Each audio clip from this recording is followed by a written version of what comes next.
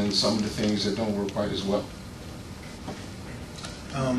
Just to make a final comment on that point, yeah, I believe that there's a, I applaud your chemical engineering friend who decided to go into teaching, because that's rare. I mean, most times they would go right into some industry, private industry, where they can make big bucks. But two programs that we worked with recently, my company and Philadelphia Education Fund, I don't know if everybody's familiar with them, but they're a local organization here in the city that actually has a teacher recruiting program that they recruit teachers from industry. And they really make it attractive to them to sort of pick and choose the disciplines they want to teach. It's STEM related, but that's one program that I believe is pretty successful. I'm sure you're Teacher training program? It's the Philadelphia Education Fund Teacher Outreach Program. It's got another formal name. NOICE is one of the programs.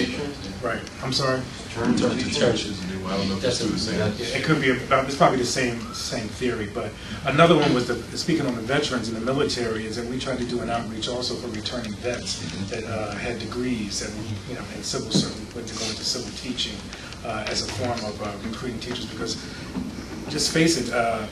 Teaching is not presented as an attractive career in this country these days. It really isn't. And you said your friends, co-workers look down on her like, you must be crazy. Why are you doing this?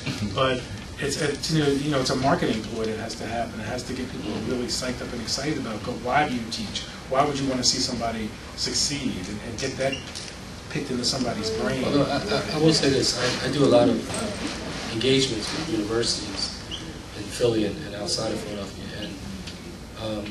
One really wonderful thing that happens is, I would say almost invariably, I get about a third of the audience to come up and talk to me about their passion for wanting to engage K-12. And it ranges from engineering students to undergraduate and graduate, actually, to sometimes even postdocs in the biolife sciences. And that coupled with, I can talk about my particular profession, the biolife sciences, you got a lot of people who are all dressed up with no place to go. I mean, a lot. PhDs, and they can't get a job. Or they're doing their third or fourth postdoc. If you're in your mid-30s and your wife or husband is looking at you like, okay, it's time. You start thinking about other things than the laboratory. I think that actually represents a grand opportunity for us to begin to, your point, market the teaching profession as a great alternative. But we've got to figure out, to your point, Steve, we've got to, I'm almost to the opinion, we have to blow up our high schools. They're dinosaurs. Turn off the tape.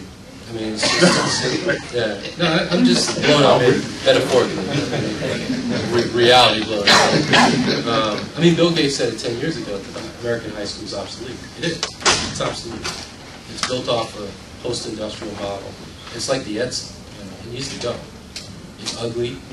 The buildings, you failed. It's the ugliest thing on the planet. And that's pretty much our high schools.